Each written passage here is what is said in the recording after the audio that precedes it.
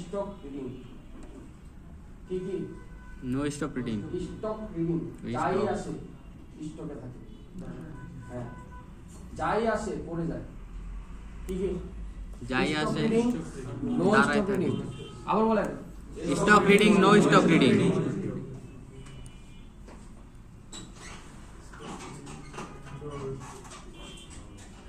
ধরেন 110 উঠছে, ওইখানে আটকে আছে, ওইখানে আটকে গেছে, পড়ে না। ধরেন 200 উঠছে, পড়ে না। ধরেন 250 উঠছে, পড়ে না। এর ভিতরে আরেকটা ক্যাটাগরি কি, যেটাই উঠে পড়ে যায়। পাওয়ার প্রেস করার পরে স্যার পড়ে যায় স্যার। পাওয়ার প্রেস করছি না, জি যতক্ষণ স্যার। পাওয়ার প্রেস করে ধরে রাখছি ততক্ষণ থাকে। যতক্ষণ আমি পাওয়ার প্রেস ছেড়ে দিছি উপরে যায়। বুঝছেন? জি স্যার। আমাদের এখানে কিছু বদল পছন্দ লোক আছে যারা রাতে ঘুমায় না, 4টা 5টা 6টা পর্যন্ত জাগনা থাকে, সকালবেলা অফিসে ঘুমায়। ঠিক আছে, এদের কি হয়েছে আল্লাহ জানে। এইগুলো ঘুমায় না। হ্যাঁ, আর আমার কপালে ফাড়া বাস করছে, হারা নেই ঘুমায়। আমার কপালে একটা বসছে, সেই মাল অস্থির কমেডিয়ান, সেরা কমেডিয়ান।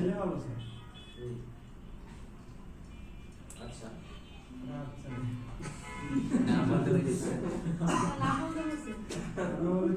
আমরা তো ওইটাই বুঝে গেছি, নাম বলার দরকার নেই, এমনি চিন্তা গেছি।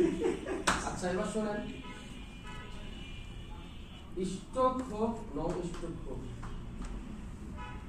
লো ভোটিং এর ভিতরে আরো কিছু ইনফরমেশন আমি দিয়ে দিচ্ছি। যেমন লো ভোটিং এর যদি মিডিয়াটেক স্পেকট্রাম ফোন হয়, লো ভোটিং এর ভিতরে যদি স্পেকট্রাম মিডিয়াটেক ফোন হয়, আগে কম্পিউটারে লাগায় দেখতে হবে সিপিইউ পায় কিনা, পোর্ট পাই কি, পোর্ট পায় কিনা। যদি পোর্ট পায়, যদি পোর্ট পায়, যদি পোর্ট পায় আগে ফ্লাশ করব, আগে ফ্লাশ করব, বলেন যদি পোর্ট পায় আগে ফ্লাশ করব, আগে ফ্লাশ করব। কেন?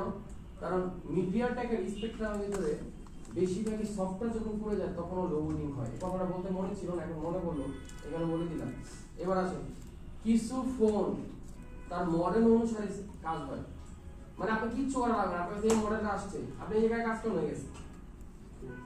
কিছু ফোন আছে কি মডেল অনুযায়ী কাজ হয়, মডেল অনুযায়ী কাজ হয়। আপনি যদি স্যামসাং এর গ্রুপের ভিতরে মিডিয়াটেক এর স্পেকট্রাম হয়, আর যদি কোয়ালকম হয়, স্যামসাং গ্রুপের ভিতরে যদি মিডিয়াটেক স্পেকট্রাম কোয়ালকম হয়, তাহলে ডাইরেক্ট কোনো কথা আগে সিকিউরিটি করতে, তার সিকিউরিটি থেকে হয়। বুঝছেন কথা?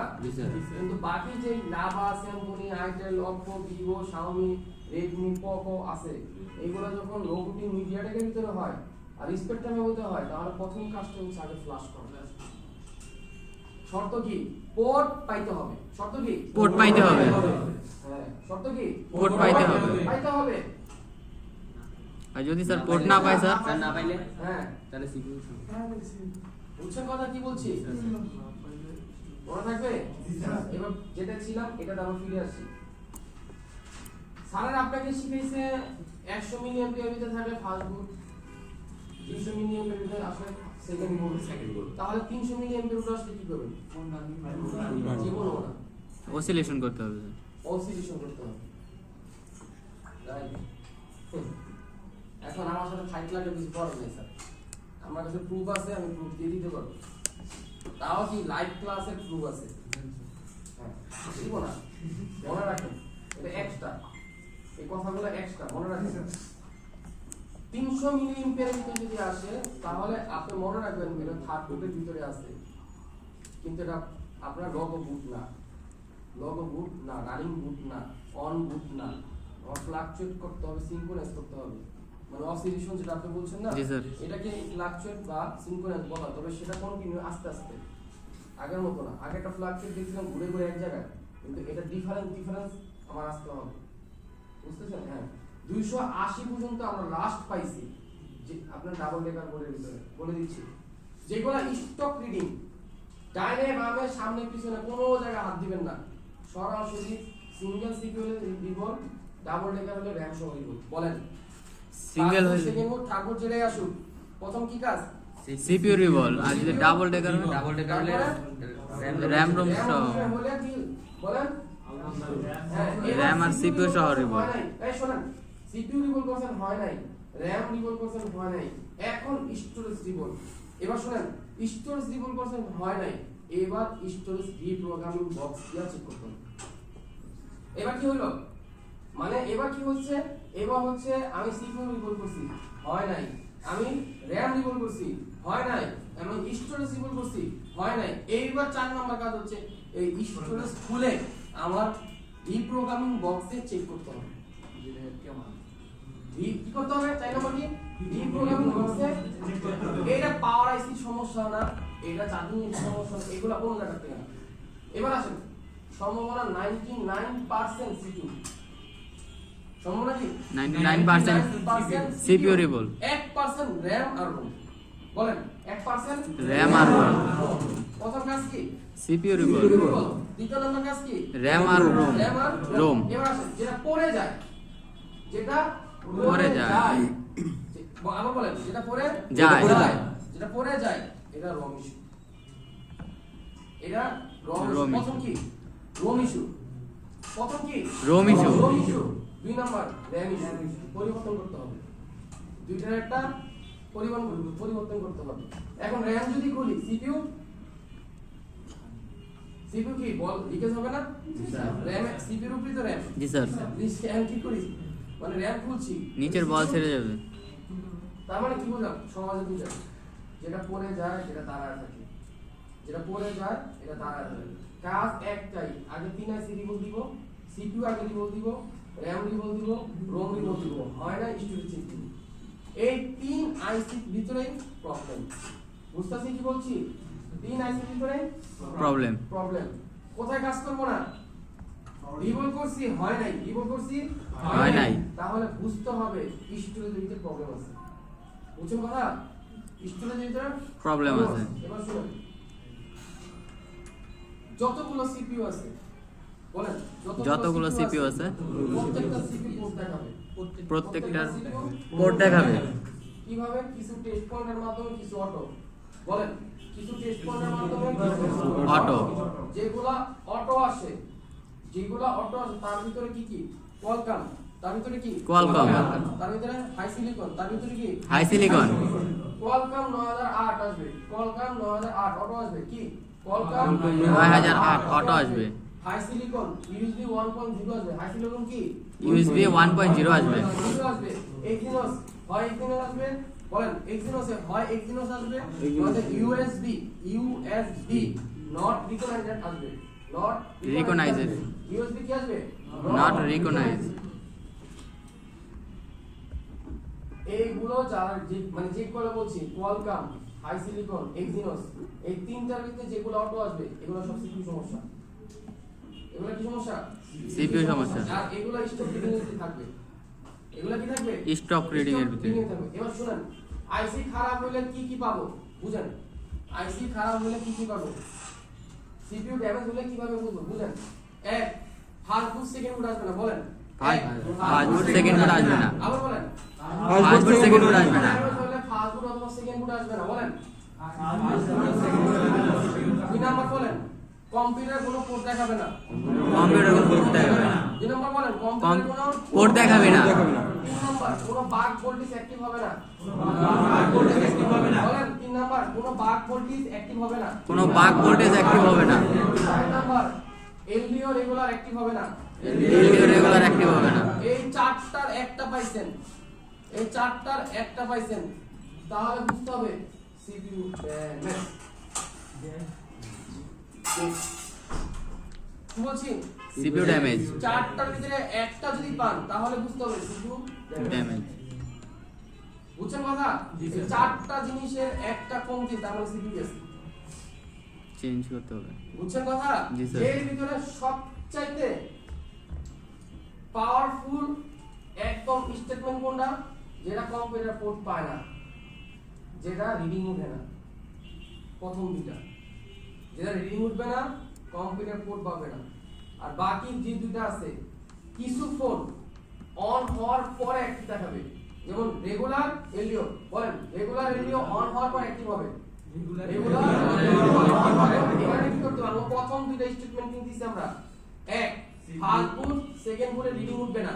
2 কম্পিউটারে কোড পাবে না। 2 কি কম্পিউটারে কোড পাবে না। তাহলে আমি বুঝবো সিপিইউ ড্যামেজ। CPU damage. বুঝছো কথা কি বলছি?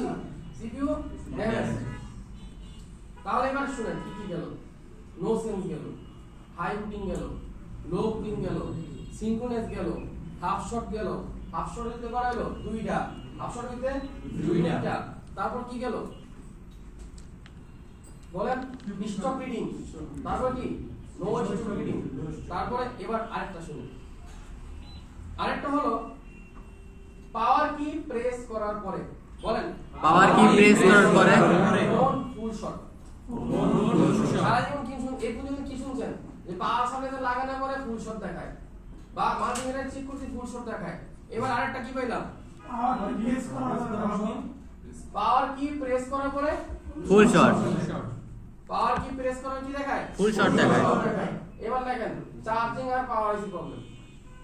দেখেন চার্জিং আর পাওয়ার আইসি প্রবলেম। আবার দেখেন চার্জিং আর পাওয়ার আইসি প্রবলেম। লেখেন স্যার আপনি? হ্যাঁ লিখে রাখেন। তাহলে কটা গেল? 8টা গেল। কটা গেছে? 8টা। এই 8 রিডিং এর বাইরে আর কোন রিডিং আপনি পাবেন না। আর কোন রিডিং পাবেন না। এবার আসেন ফুল shot.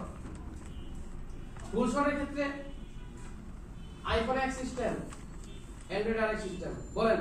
IPhone Android RX system full shot কি মানে? আপনি ফুল শট বলতে কি বোঝায়? মানে সেট তো ডেড রেডি। আবার কি দেখায়? মাল্টিমিটারে বলি, পাওয়ার সাপ্লাইতে বলি কি দেখায়? ফুল শট। ফুল শট দেখায়।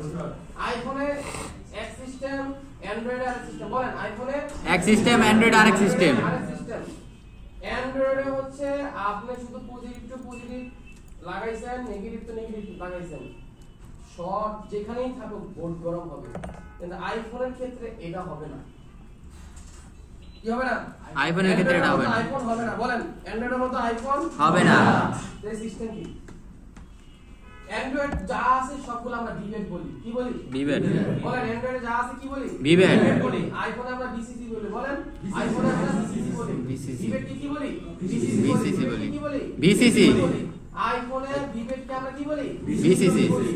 শর্ট দর্ত হইলে বিসিসি থেকে শুরু করে বিসিসি বলেন বিসিসি যেখানে গেছে, বিসিসি যেখানে গেছে, বিডিডি মেইন বলেন সেখানে কি? BDD main. বিসিসি যেখানে গেছে সেখানে বিডিডি মেইন। এই বিডিডি মেইনের কি শর্ট ছিল বলো? সেটা আইফোনের ক্ষেত্রে কি মনে আছে? বিডিডি ক্ষেত্রে কি করব? শর্ট কিলার মারব। আগে অ্যান্ড্রয়েডে কি করছি বলেন? ভিভেটে কি করছি? শর্ট কিলার মারছি। অ্যান্ড্রয়েডে কোথায় মারছি? বিসিসি তে। ভিভেটে শর্ট কিলার মারব তাই না? অ্যান্ড্রয়েডে ভিভেট আর হলো আইফোনে বিসিসি তে। আর আইফোনে বিডিডি মেইনে। আইফোনে কোথায়? বিসিসি থেকে তো বিডিডি মেইন। এটা বের করতে হবে না? তাহলে কি বলছিলাম? বিসিসি যেখানে বিডিডি মেইন সেখানে। বিসিসি যেখানে বিডি মেইন ওইখানে। মানে বিসিসি জায়গা শেষ হইছে, একটা লাইন পরে বিডিডি শুরু হইছে। তাহলে আইফোনে ক্ষেত্রে কি করব? বিডিডি মেইনে শর্ট কিলার মারব। বিডিডি মেইনে কি মারব? শর্ট কিলার। এটা হচ্ছে আইফোনের ক্ষেত্রে সিস্টেম একটু উল্টা। আর এমনি অ্যান্ড্রয়েডের ক্ষেত্রে অ্যান্ড্রয়েড যা বোর্ড আছে সবগুলো ভিভেটে মারলে আপনি শর্ট পেয়ে যাবেন। স্যার রজন দিয়েছে। আইফোনে কি রজনের কথা তো পরে, এটা তো আপনি দেখতে চাচ্ছেন যে কোনটা গরম হচ্ছে তাই না? জি স্যার। দেখতে চাইলে তো রজন দিতে হবে, এটা হিসাবটা আলাদা। স্মোক থেরাপি তো আমরা কেন দিচ্ছি? দেখার জন্যই তো দিচ্ছি তাই না? জি স্যার। কিন্তু শর্ট কিলারটা মারবো কোথায়? আমার সেট তো সব জায়গায় শর্ট কিলার মানে সেট আপনার শর্ট বের হবে না, তার নিচে কিছু জায়গা আছে বুঝেন নাই? মানে আমি যেখানে খুশি সেখানে শর্ট কিলার মারবো, তাহলে তো আমার কাজ হবে না। তাহলে আমাদের জানতে হবে যে কোন জায়গায় আমি শর্ট কিলারটা ব্যবহার করলে আমার এই শর্টটা বের হবে। তাহলে ওই যে প্রথম যে আপনাকে শিখিয়ে দিলাম যে ক্যাপাসিটর শর্ট তার পজিটিভ টার্মিনালে, আর এখন কি শিখলাম যে ভিভেটের ভিতরে পজিটিভ টার্মিনালে আপনি শর্ট ছুড়ে দিতে পারবেন। তারপরটা কি বলেন? আইফোনের ক্ষেত্রে কি বলছি?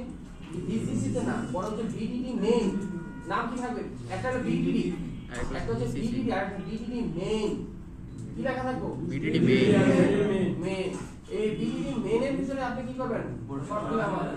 সো হোক সেটা কানেক্টরের লাইন, হোক এটা ক্যাপাসিটরের লাইন। বুঝতেছেন কথা?